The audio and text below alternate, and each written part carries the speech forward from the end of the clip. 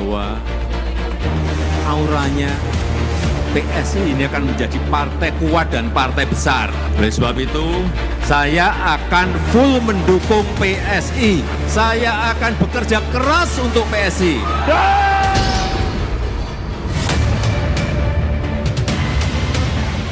Kalau kalian nggak dapat anaknya Pak Jokowi, atau menantunya Pak Jokowi, atau Pak Jokowi sendiri, itu tahun 2023 bulan Januari. 2024 partai kita akan turun perolehan suaranya, dan itu adalah tahun terakhir kita ber-PSI. Kita harus melakukan pemakaman terhadap PSI. Apa yang dilakukan oleh partai ini dengan memberikan privilege lebih kepada Jokowi dan keluarganya, yaitu kan artinya menunjukkan bahwa partai super terbuka ini masih sebatas jargon.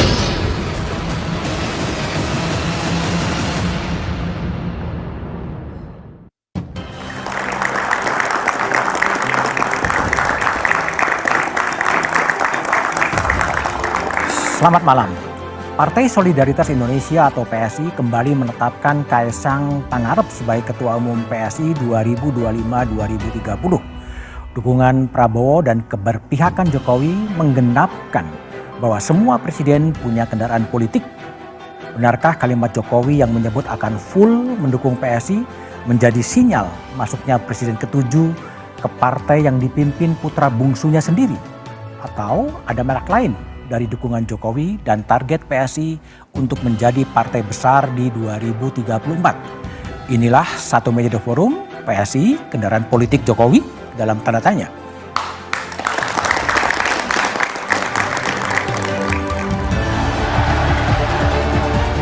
Teka-teki ke partai politik mana Presiden ke-7 Republik Indonesia, Joko Widodo akan berlabuh terjawab sudah.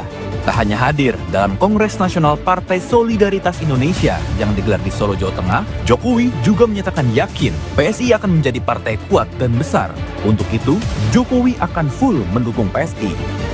Saya yakin kalau targetnya masuk 2029, masuk ke Senayan, saya kira itu jangan dijadikan target.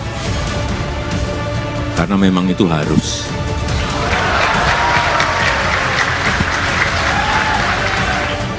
Terlalu kecil kalau target kita hanya ingin masuk Senayan. Saya masuk tadi memberikan feeling kepada saya bahwa auranya PSI ini akan menjadi partai kuat dan partai besar.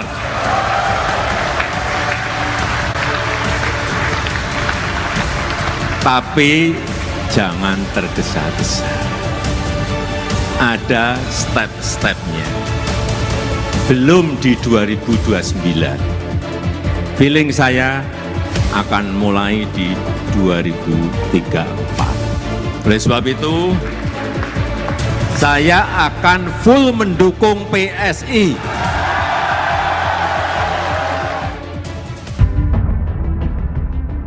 Direktur Eksekutif Parameter Politik Indonesia, Adi Prayitno menyebut pernyataan Jokowi ini semakin menegaskan posisi PSI. Partai yang kini berlogo gajah tersebut adalah karpet merah atau kendaraan politik bagi Jokowi. Ketika forum hari ini ada pesan kebangsaan dari Jokowi yang notabene-nya bukan kader resmi dari PSI, ini kan jelas bahwa partai ini sebenarnya adalah exposure dan karpet merah yang sengaja dipersiapkan oleh PSI hanya untuk Jokowi. The one and only partai ini kiblat politiknya adalah Jokowi dan Alambi. Pendiri PSI, Jeffrey Giovanni, tak memungkiri dan mengakui nasib PSI ditentukan oleh Jokowi dan keluarganya. Menurutnya, tanpa keluarga Jokowi, PSI mati di pemilu 2024 lalu.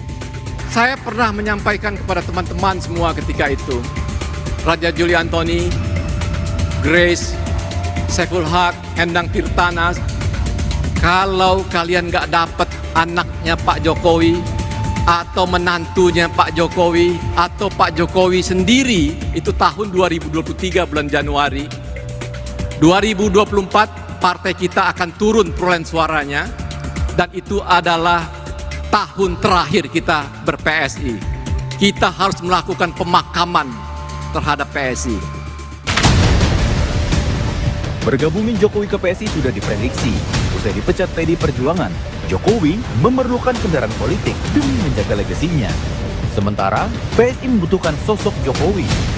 Namun, waktu akan menguji seberapa kuat pengaruh Jokowi dalam membesarkan PSI. Akankah PSI besar dan kuat seperti prediksi Jokowi? Atau sebaliknya akan tersingkir dan berada di pinggir?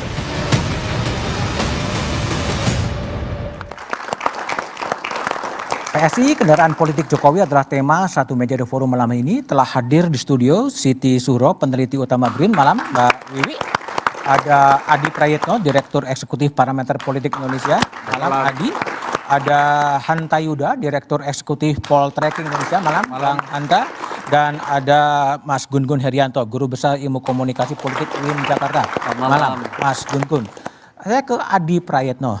Mas Adi, pejabat PSI selama ini mengatakan PSI adalah partai terbuka, bukan partai keluarga gitu kan. Tapi kemudian Kaisang terpilih sebagai Ketua Umum PSI. Anda kaget dengan retorikanya PSI ini? Kalau saya sebenarnya secara jujur tidak pernah kaget dengan retorika yang selalu disampaikan oleh kawan-kawan PSI. Karena secara praksis seringkali yang terjadi adalah kebalikannya. Kebalikannya, misalnya dulu kita melihat bahwa PSI itu adalah partai yang misalnya dia itu adalah partai yang menolak politik dinasti. Tapi dalam praktiknya misalnya dalam banyak hal mengkonfirmasi bahwa politik dinasti juga terjadi pada PSI. Dan saya kira hampir semua partai politik kan memang bicara A tapi implementasinya B.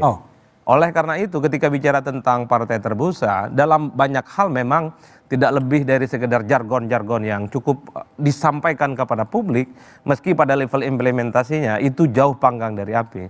Tapi yang ingin saya katakan adalah PSI ini kan mencoba untuk mengeluarkan satu branding dan positioning politik yang baru, mencoba untuk menyampaikan kepada publik bahwa mereka partai politik yang per hari ini cukup identik dengan Jokowi, siap tempur dan siap berhadapan dengan siapapun di masa-masa yang akan datang sebagai partai besar dan partai kompetitif. Kan itu yang sebenarnya ingin disampaikan. Maka logonya diubah, kemudian jargonnya diubah, termasuk fragmentasi politiknya juga ingin disampaikan bahwa PSI itu akan dipersiapkan sebagai partai yang kompetitif. Ya, kan di situ kuncinya. Makanya bagi saya ketika Pak Jokowi menyampaikan pidato politik secara terbuka, bagi saya itu hanya mengkonfirmasi bahwa sejak awal sebenarnya PSI itu adalah Jokowi dan Jokowi adalah PSI. Dan bagi saya melampaui apakah Jokowi itu akan menjadi ketua Dewan Pembina PSI ataupun tidak itu selesai. Karena komitmen Jokowi mengatakan akan membesarkan partai ini dan akan bekerja keras. Tidak mengherankan kalau sebenarnya waktu pecah kongsi antara PDIP dengan Jokowi di akhir 2024 itu, PSI saat itu mengusung apa yang disebut dengan jargon Jokowisme. Oleh karena itu, ketika dalam konteks itu, saya selalu mengatakan per hari ini adalah bahwa Jokowi itu adalah imam besar politiknya PSI. Tak lain dan tak bukan. Mbak Wiwi, gimana? Ini PSI is Jokowi, Jokowi is PSI sebenarnya. Anda lihat memang begitu sekarang posisinya?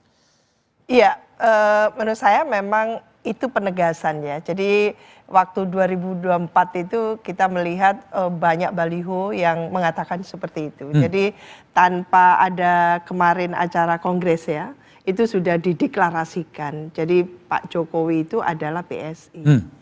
Tapi yang dimasalahkan oleh masyarakat meskipun didukung seperti itu, belum bisa masuk kan kemarin. Belum bisa masuk? Iya, di parlemen belum bisa masuk. Lah, apakah yang katanya pasti menang, kan? 2024 itu pasti menang dan masuk kan gitu.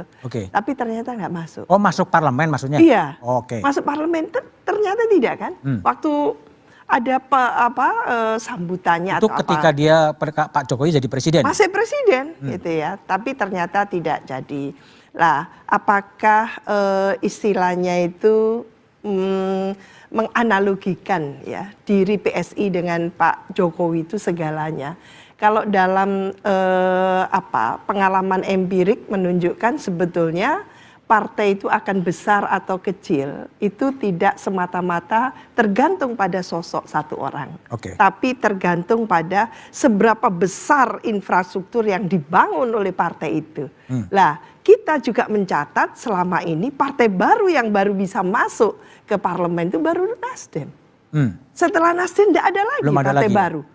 Begitu muncul setiap pemilu tapi tidak satu pun partai baru bisa masuk. Lah, ini juga pertanyaan besar. Apa yang salah kan gitu. Jadi berarti kan membutuhkan waktu lama. Butuh waktu lama. Untuk menunjukkan bahwa masa politik dari partai itu memang bisa ditunjukkan. Bukan hanya mengandalkan semata-mata swing voters. Apalagi cuman sekedar satu orang. Baik. Baik, Bung Hanta Yuda. Ketika Pak Jokowi presiden, tadi yang Mbak Wiwi katakan pasti masuk parlemen gagal. Nah sekarang Pak Jokowi sudah tidak menjadi presiden, apakah bisa mengantarkan PSI masuk dari parlemen atau menjadi faktor tadi Adi mengatakan sangat kompetitif gitu? Iya, ijtihad politik atau eksperimen politik yang dilakukan PSI ini, Mas Budiman, saya melihat mungkin terinspirasi dari Demokrat dan PD Perjuangan. Kita tahu PDIP ada figur Ibu Mega, kemudian ada SBY di Demokrat. Apakah itu bisa dikapitalisasi atau Jokowi Effect ini berpengaruh sejauh apa? Nah, tetapi jangan lupa ada perbedaan yang mendasar bahwa Demokrat itu didirikan SBY, kemudian PDIP dan Megawati itu ketika mereka belum menjadi presiden dan kemudian menjadi presiden. Sementara di PSI saat ini Pak Jokowi, ini faktor pertama, itu bukan presiden lagi, mantan presiden. Jadi agak berbeda. Itu menjadi tapi masih powerful ya?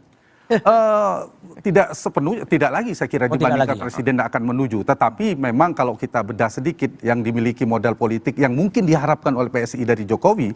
Pertama, Jokowi tentu masih punya popularitas. Ketika dia berhenti jadi presiden, itu posisi approval ratingnya tingkat kepuasan relatif tinggi.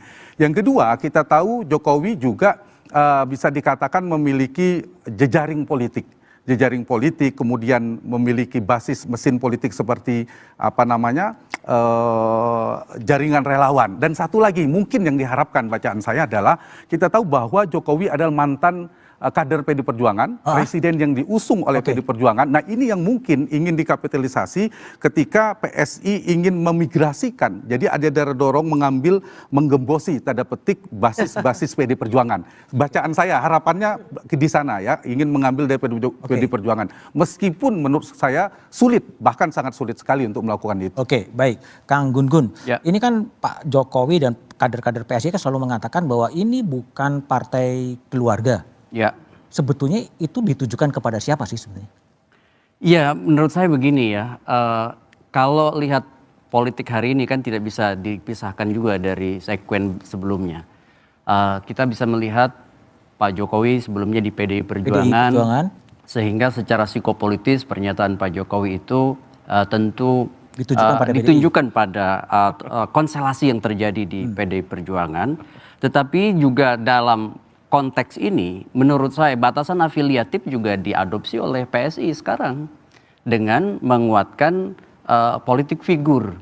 Kan awalnya PSI tidak mau mengidentikan diri sebagai partai yang bergantung pada figur. Tapi realitas politik hari ini batasan afiliatif pada figur itu menjadi sangat kuat ketika ada politik asosiatif yang kuat antara PSI dengan Pak Jokowi. Sehingga saya melihat institusionalisasi politik yang kemarin dibangun itu mengalami yang disebut dengan adjustment atau penyesuaian. Contohnya misalnya menyesuaikan diri dengan yang disebut kebutuhan market elektoral dengan daya ikat pada figur. Artinya PSI kemudian menjadi tidak berbeda dari keberadaan banyak partai-partai lain yang ada di Indonesia. Ya. Tapi kelihatannya kalau dari tadi penjelasan Kang Gun-Gun ini akan ada revenge ya, political revenge dari Jokowi pada PDIP ya? Iya, itu tidak bisa dinafikan karena kan memang Jokowi dibesarkan oleh PD Perjuangan, kemudian ada hambatan komunikasi politik kemarin di penghujung kekuasaannya dan itu kemudian menjadi barrier, menjadi hambatan psikologis dan hambatan psikologis itu kan terbangun sampai sekarang. Contoh misalnya, Bu Mega tidak ada hambatan politik dengan Pak Prabowo, tetapi Bu Mega ada hambatan politik dengan Pak Jokowi. Dan kalau kemudian kita lihat ragam ekspresi simbolik yang muncul di media dari ragam elit PDI Perjuangan, kan nampak ada yang disebut dan gap yang begitu mendalam dan meluas antara teman-teman PDI Perjuangan dengan Pak Jokowi. Dan sekarang karena politik asosiatif yang kuat dengan PSI, maka otomatis ketika Jokowi adalah PSI, PSI adalah Jokowi, itu akan punya imbas politiknya. Oke, jadi memang bukan tidak tertutup kemungkinan akan ada pertarungan kontestasi siapa yang lebih berpengaruh, apakah Megawati sebagai ketua umum PDI Perjuangan atau kemudian Jokowi yang sangat identik dengan PSI ya? Persis, makanya kemudian ketika ada gambar, ada rebranding, itu kan orang kemudian menghadap-hadapkan kan antara logo baru misalnya PSI dengan PDI Perjuangan, pun demikian sosok kefiguran Jokowi itu kemudian dihadap-hadapkan juga dengan kontestasi di masa mendatang begitu. Oke, apakah rebranding itu akan berpengaruh dalam politik Indonesia? Kita bahas setelah jeda ini.